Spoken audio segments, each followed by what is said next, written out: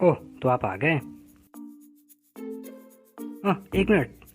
आपको क्या लगता है कि अर्थ पे प्लांट्स कैसे आए होंगे? इन एल्गीज के माध्यम से। अजी बिल्कुल सही। ये बात तो बहुत सही है। उसके बाद एक पीढ़ी को छोड़कर ऐसे प्लांट्स आए, फिर कुछ हाईटेक जैसे कि ये, फिर हमारे प्यारे फ्लावर्स वाले प्लांट्स आए। पर एक बात, आपको क्या लगता है, क्या उस डायरेक्ट एल्गी से सीधे इतने हैवी प्लांट्स बन गए होंगे? ना, बिल्कुल ना। हमने जो आपको बताया था कि एक पीढ़ी के बाद उस बची हुई पीढ़ी में ऐसे ऐसे प्लांट्स ने जन्म लिया था जिन्हें आज हम आप सब ब्रायोफाइट्स के नाम से जानते हैं। अब तो आप समझ ही गए होंगे कि आज का हमारा टॉपिक ब्रायोफाइटा ही है। पर इससे पहले, क्या आपने मुझे नहीं पहचाना? मैं टैक, आपका बॉटनी टीचर। आज हम बात करने वाले हैं ब्रायोफाइटा के बारे में, पर उससे पहले लेट्स रोल द इंट्रो।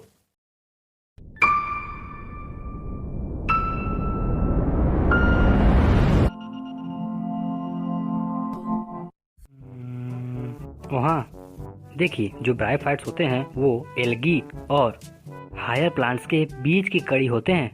इसका मतलब यह है कि ये एल्गी से थोड़े हाई होते हैं, पर रियल हायर प्लांट से थोड़े लो होते हैं। नहीं समझे? चलिए, अभी व्हाइट बोर्ड पर सब कुछ क्लियर हो जाएगा। देखिए, सबसे पहले 1864 में अर्थात 1864 में ब्राउन नाम के साइंटिस्ट ने ब्रायोफाइटा शब्द का प्रयोग किया था। फिर एक साइंटिस्ट आए, आइसलर, या उनको इचलर भी बोलते हैं। 1883 में उन्होंने आते ही ब्रायोफाइटा के ढेर सारे क्लासिफिकेशन देना स्टार्ट कर दिया। उन्होंने ब्रायोफाइटा को 2 डिवीजन में बांटा, जो हम आगे पढ़ेंगे। अब हम स्टार्ट करेंगे ब्रायोफाइटा के जनरल कैरेक्टर्स, जिसके लिए हमें व्हाइट बोर्ड पर आना होगा। तो आइए देखिए, सबसे पहले आपको यह जानना होगा कि एल्गी क्या होते हैं। इसके लिए हमने एल्गी के ऊपर कम्प्लीटली एक ये वीडियो और इसके बाद एक ये वीडियो बना दिया है। अगर आपको ज़रूरत हो तो आप जाकर देख सकते हैं। कहाँ? यहाँ आई बटन पर क्लिक करके। सबसे पहले हमें यह देखना होगा कि ब्रायोफाइट्स पाए कहाँ पर जाते हैं। ब्रायोफाइट्स जो होते हैं वो मोस्टली नम, छायादार ऐसे जगह पर उगते हैं जहाँ पे पुरानी दीवारें हों, पत्थरें हों, चट्टानें हों, ऐसी जगह। इसके अतिरिक्त ये गीली मिट्टी, लकड़ी के सड़े गले लट्ठे, इन सब पर ही उग जाते हैं। कुछ ब्रायोफाइट्स जैसे कि रिक्सियोकार्पस नेटेंस, रिक्सिया फ्लुइटेंस, रिएला एट्सेट्रा, ये सब एक्वाटिक्स होते हैं अर्थात जली। कुछ मॉस की प्रजातियाँ और कुछ डेंड्रोसिरोस, ये सब ऐसे ब्रायोफाइट्स होते हैं जो एपीफिटिक होते हैं अर्थात दूसरे प्लांट्स पर उगते हैं। ब्रायोफाइट्स की कुछ प्रजातियाँ जैसे कि बक्सबॉमिया एफाइला, क्रिप्टोथैलस मिराबिलिस, ये सब सेप्रोफिटिक अर्थात मृतोपजीवी होते हैं। इसे अर्थात क्रिप्टोथैलस मिराबिलिस को तो हम घोस्ट वर्ट के नाम से जानते हैं। ये है पॉलीट्राइकम और ये है पोरेला प्लेटिफिला। ये सब तो सूखे स्थानों जैसे कि रेगिस्तान तक में उग जाते हैं। देखिए, चूंकि हमने आपको बताया कि ये हायर प्लांट्स की तरह होते हैं, पर इसका मतलब ये नहीं कि इनका जो बॉडी होता है वो भी हायर होता है। ये अब भी एल्गी की तरह थाइलॉइड बॉडी रखते हैं, जिसका अर्थ होता है no true leaves, no true stem, no true roots. इनमें रूट्स के बजाय राइजोइड्स पाए जाएंगे। ये दिख रहा है ना आपको? हाँ, यही वाले जो रेशेदार आपको दिख रहा है ना, यही ये रियल रूट्स नहीं होते, पर रियल रूट्स के जैसे ही कार्य करते हैं। ये प्लांट्स को वाटर, मिनरल्स, ये सब लाकर ऊपर देते हैं। इसके साथ ही इसमें पत्ती जैसी कोई संरचना नहीं होती। ध्यान रखिएगा, ये सब टेरिडोफाइट्स में मिलेंगे। चलिए, अब हम इसका लाइफ साइकिल देखते हैं। क्योंकि हमने आपको पहले बताया कि इसकी प्लांट बॉडी थाइलॉइड होती है, सो इसलिए इसकी जो लाइफ साइकिल होगी वो सबसे ज़्यादा गैमेटोफिटिक स्टेज में होगी अर्थात युग्मकोभिद, जिसका अर्थ होता है अर्थात इसमें n क्रोमोसोम्स होंगे। क्रोमोसोम्स जोड़ी में नहीं होंगे, सिंगल होंगे।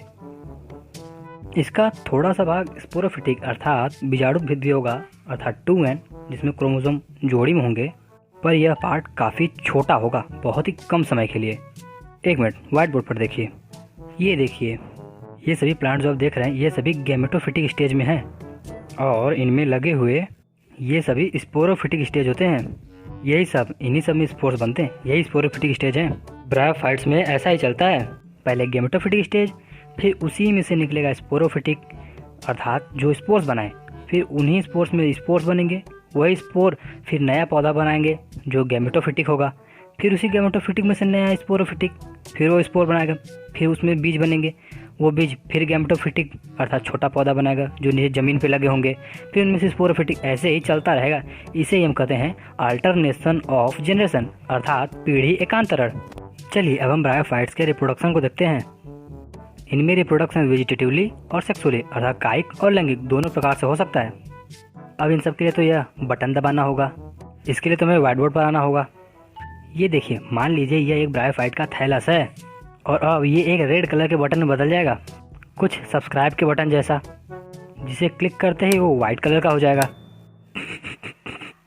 सॉरी, वो एक मजाक था। अर्थात मेरे कहने का मतलब अगर आपको हमारा वीडियो ज़्यादा पसंद आता है तो लाइक और इस चैनल को सब्सक्राइब कर लीजिएगा। इस बार एम है 1000 सब्सक्राइब और 1000 लाइक्स का, प्लीज़ कंप्लीट कर दीजिएगा। आइए हम अपने टॉपिक पर आते हैं।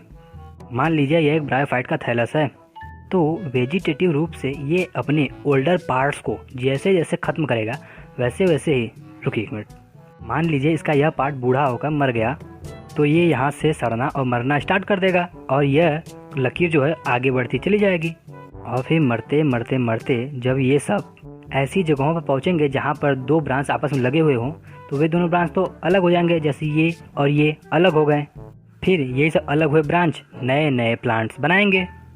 इसमें प्रोटोनिमा से भी एक रिप्रोडक्शन होता है। प्रोटोनिमा दरअसल कुछ होता नहीं, दरअसल जब स्पोरोफाइट से बीज बनेंगे और वो बीज जब ज़मीन में जाएंगे ग्रोथ करेंगे तो पहले जो प्लांट्स आप देखते थे जिस पर स्पोरोफाइट लगा हुआ होता था डंडे नुमा, वो जो नीचे वाला प्लांट होता है जो गैमेटोफिटिक होता है, उससे पहले एक छोटा सा एक थैलस नुमा स्ट्रक्चर बनता है, उसे कहते हैं प्रोटोनिमा।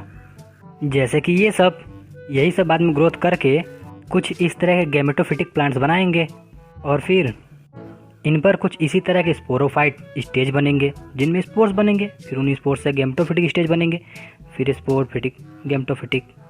रिप्रोडक्शन का एक और फेमस स्टेप पाया जाता है, रिप्रोडक्शन बाई गेम्मा कप, या इसको आप जिमी कप भी बोल सकते हैं या जिम्मी कप, गेम्मा कप।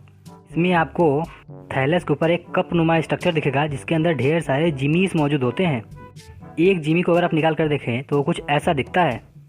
ये जिमी, एक मिनट, अगर आपको गेम्मा कप या जिमी कप के ऊपर थोड़ा डिटेल में वीडियो चाहिए तो आप हमारा ये वीडियो ज़रूर देख लीजिएगा। इसमें हमने जिमीज के ऊपर काफ़ी डिटेल में चर्चा की है। इसके साथ ही साथ इसमें हमने एक ब्रायोफाइट मार्केंसिया के ऊपर काफ़ी डिटेल में चर्चा कर ली है। अगर आपको ज़रूरत हो ज़रूर देखिएगा, यहाँ आई बटन में देखिएगा ज़रूर, पर यहाँ पर आप थोड़ा डिटेल ले लीजिए। दरअसल ये जो जिमीज होते हैं ये वाटर की वजह से बाहर आ जाते हैं और एक एक छोटा छोटा जिमी अंकुरित होकर एक एक छोटे छोटे नए नए पौधे के रूप में ग्रो कर जाता है और एक नया पौधा बनाता है। होशियार, खबरदार, अगर आपको भी होती है प्रैक्टिकल्स करने में परेशानी, चाहे वो इंटर की हो चाहे ग्रेजुएशन की, पर याद आ जाती है नानी, तो इसका सिंपल है इलाज। जीव विज्ञान चैनल को सब्सक्राइब करें और वीडियो को लाइक करें। कोई समस्या हो तो कमेंट करें। ओह सॉरी, मुझे लगता है मजाक कुछ ज़्यादा ही हो गया। दरअसल बात यह है कि हम आने वाले समय में इंटर और ग्रेजुएशन दोनों के लेवल के लाइव प्रैक्टिकल्स आपको करके बताएंगे, so stay tuned with us. इससे पहले कि हम ब्रायोफाइटा क्लासिफिकेशन पर आएँ उससे पहले हम इसके सेक्सुअल रिप्रोडक्शन को भी चलिए देख लेते हैं। तो व्हाइट बोर्ड पर आइए। मान लीजिए ये एक ब्रायोफाइट का थैलस है, कोई भी, वैसे है तो रिक्सिया, जिस पर कुछ इस तरह के एंथेरिडियो फोर्स लगे हुए हैं।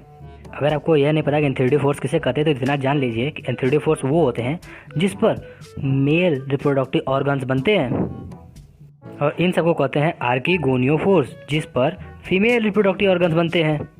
ऐसा स्ट्रक्चर देखने को मिलेगा जिसमें से इन एक एक को कहते हैं एक एक एंथेरिडिया। इसी के अंतर्गत बनते हैं मेल गैमेट्स अर्थात एंथेरोजोइड्स। और एक मिनट, यहाँ पर इन सब का ज़्यादा डिटेल इस वीडियो में नहीं दिया जाएगा, इसलिए ताकि वीडियो लंबी, लेंदी या यूँ कहें बोरिंग ना हो जाए। अगर आपको इसके बारे में ज़्यादा जानना हो तो यहाँ आई बटन पर क्लिक करके ज़रूर देख लीजिएगा। सॉरी ये सब बोलने के लिए कि हमने आपको बताया कि इसे आर्कीगोनियो फोर कहते हैं और जो इनमें एक एक उंगली की जैसे संरचना होती है इसे हम लोब पिंड, लोब कहते हैं। और अगर आप इनके लोब को उलट पुलट कर अर्थात नीचे की तरफ के हिस्से को माइक्रोस्कोप से देखें तो उसके नीचे कुछ इस तरह के स्ट्रक्चर्स आपको बने हुए दिखाई देंगे। इन स्ट्रक्चर्स को हम आर्कीगोनिया बोलते हैं। ये जो लेयर इसे घेरे हुए है इसे हम जैकेट सेल बोलेंगे। यह स्टेराइल होगी, ध्यान रखिएगा, ये स्टेराइल होगी। ये जो है इसे हम एग बोलते हैं, अंडा। इसके साथ ही इस स्ट्रक्चर को नेक, गला बोलते हैं। इस पूरे स्ट्रक्चर को आर्कीगोनिया बोलते हैं, जिसके अंतर्गत एग बनता है, एग, आर्कीगोनिया का गैमेट। ब्रायोफाइट्स के बारे में एक ऐसा पॉइंट है जो शायद आपको पता नहीं होगा, पता भी होगा तो भी बहुत सिंपल है। जो अब आपको पता चलेगा वो एंथीरिडिया था, अर्थात मेल रिप्रोडक्टिव ऑर्गन्स। उसमें से एंथेरोजॉइड्स से, या यूँ कहें पानी की वजह से जो नदियों में होती है, इन सब की वजह से चला आता है और आर्कीगोनिया के नेक से होते हुए एग तक पहुंच जाता है।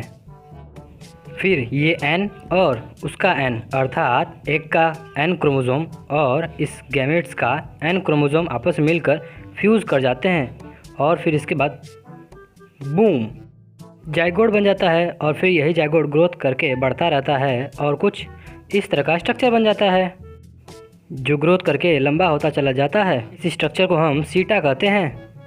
इस ब्लैक कलर के स्ट्रक्चर को देख रहे हैं, इसे हम फुट कहते हैं और इसे कैप्सूल, अर्थात जो स्ट्रक्चर आप देख रहे हैं इसे हम कैप्सूल, इसे सीटा जो डंडे नुमा है, और जो यहाँ ज़मीन के अंदर होती है उसे हम फुट कहते हैं। फुट, सीटा और कैप्सूल। फिर आज की बात बताऊँ, इन टोटल को ही मिलाकर कहा जाता है स्पोरोफाइट। और ख़ास बात तो यह है कि इसी में स्पोर्स बनते हैं जो बाद में गैमेटोफिटिक स्टेज को उत्पन्न करते हैं। हाँ, देखिए हमने ब्रायोफाइट के बारे में जितनी भी नॉर्मल जानकारी थी वो तो ले ली। अब बचा है हमारा क्लासिफिकेशन। देखिए सबसे पहले एक साइंटिस्ट आए 1864 में, इनका नाम था ब्राउन। इन्होंने ब्रायोफाइटा वर्ड का यूज किया था। इसके बाद एक साइंटिस्ट आए आइसलर, या यूँ कहें इचलर, जो भी चाहे। 1883 में उन्होंने ब्रायोफाइटा को 2 पार्ट्स में बांटा, हिपैटिसी और मसाई। पर इसके बाद कैंपबेल और स्मिथ नाम के साइंटिस्ट ने इसे 3 पार्ट में बांट दिया, हिपैटिसी, एंथोसिरोटी और मसाई, जिसे बाद में इंटरनेशनल नोमेनक्लेचर के हिसाब से हिपैटिकोप्सिडा, एंथोसिरोटोप्सिडा और ब्रायोप्सिडा नाम रखा गया। चलिए व्हाइट बोर्ड पर आइए, हम इसके बारे में थोड़ा थोड़ा जान ही लेते हैं। देखिए सबसे पहला वर्ग है हिपैटिकोप्सिडा, जिसे हम लिवर वर्ट भी कहते हैं। इसमें आने वाले पौधे वेंट्रोडोर्सल होते हैं और इनमें पत्ती नुमा, ध्यान रखिएगा, आपको फिगर में दिख रहा होगा पत्ती नुमा, लेकिन थायलॉइड बॉडी के साथ होंगे। इनमें वही घिसी पिटी बातें, राइजोइड्स पाए जाएंगे, प्लांट्स जमीन पकड़ के चलते हैं। पर एक बात, इनके वेंट्रल बॉडी पर अर्थात उल्टी सतह पर जिधर राइजोइड लगे होंगे अधिकतर स्केल्स पाए जाते हैं। स्केल्स, ये देखिए, यही जो डार्क बैंगनी कलर के ना, वही। इनका स्पोरोफाइट फूट, सीटा और कैप्सूल तीनों में बटा हुआ होता है। साफ बात, तीनों पाए जाते हैं। इसके कुछ कॉमन एग्जांपल्स हैं, रिक्सिया, मार्केंसिया, पोरेला। एक मिनट, आपने पोरेला के स्पोरोफाइट को देखा है? ये देखिए, ये है पोरेला का स्पोरोफाइट। अब मत बोलिएगा मैंने पोरेला का स्पोरोफाइट नहीं दिखाया। देखिए हमने पहला वर्ग देख लिया। अब इससे पहले हम दूसरे वर्ग पर जाएं, एक इम्पॉर्टेंट बात, अगर आपको किसी नोट्स की ज़रूरत हो तो थोड़ा बहुत जो हमें लगा कि आपको शायद देना हो, हमने नोट्स नीचे डिस्क्रिप्शन में PDF के रूप में दे दिया है। अगर आपको ज़रूरत हो तो आप यूज कर सकते हैं। चलिए, हमारा दूसरा वर्ग है एंथोसिरोटोप्सिडा, इसे हम हॉर्न वर्ट कहते हैं। ये देखिए, ये है एंथोसिरोटोप्सिडा का थैलस और ये हैं एंथोसिरोटोप्सिडा के स्पोरोफाइट्स। ये आपको सींग जैसे नहीं लगते, इसीलिए इन्हें हॉर्न वर्ट बोला जाता है। अगर हॉर्न वर्ट की कुंडली खंगाली जाए, पता चलता है कि हॉर्न वर्ट पर स्केल्स नहीं पाए थे, जो हमने आपको पहले दिखा था ना। इसके साथ ही इनमें सीटा भी नहीं पाया था, सिर्फ फुट पाया जाता है और उसी के ऊपर कैप्सूल लगा हुआ होता है। और वो जो कैप्सूल होता है पुराने वाले में गोलाकार था, इसमें लंबा हो जाता है, वो सींग के रूप में दिखता है, वो कैप्सूल ही। इसका सबसे अच्छा एग्जाम्पल यही एंथोसिरोस है। हमारा तीसरा और आखिरी वर्ग है ब्रायोप्सिडा, इसे मॉस कहते हैं, मॉस, MOSS। इसमें जो इसका ये गैमेटोफाइट देखने में यूं पत्ती नुमा दिखता है। ये आपको छोटे छोटे, बहुत ही माइन्यूट छोटे छोटे पौधों के जैसे दिखेंगे। इनमें फूट, सीटा और कैप्सूल तीनों पाया जाता है। इसका एक सबसे बेस्ट एग्जांपल है यही फिगर वाला फ्यूनेरिया। अब हमारा बचा है 1 मिनट का लास्ट टॉपिक। चलिए, अगर आपने हमारा वीडियो यहाँ तक देखा तो आपका बहुत बहुत धन्यवाद। इंग्लिश में थैंक यू। आगे आने वाले दिनों में हम आपको इंटर और ग्रेजुएशन के लेवल के लाइव प्रैक्टिकल्स भी करके आपको दिखाएंगे। पर सिंपल सी बात है, उसके लिए आपको करना होगा ये सामने आ रहे सब्सक्राइब बटन को प्लीज़ क्लिक कीजिएगा। इससे कुछ होगा नहीं, पर हमें हौसला ज़रूर मिलेगा। अगर यह वीडियो को ज़रा भी कहीं पसंद आया या कहीं से आपको सीखने कुछ मिला तो वीडियो को लाइक ज़रूर कीजिएगा। आप अपने सुझाव, शिकायत या इस वीडियो से जुड़ा कोई भी बात नीचे एक कमेंट में ज़रूर बताया करिए, क्योंकि उसी समय पता चलता है कि आपको आगे क्या चाहिए। तो हम आपसे मिलेंगे एक नए वीडियो में एक नए टॉपिक के साथ। तब तक के लिए बाय बाय।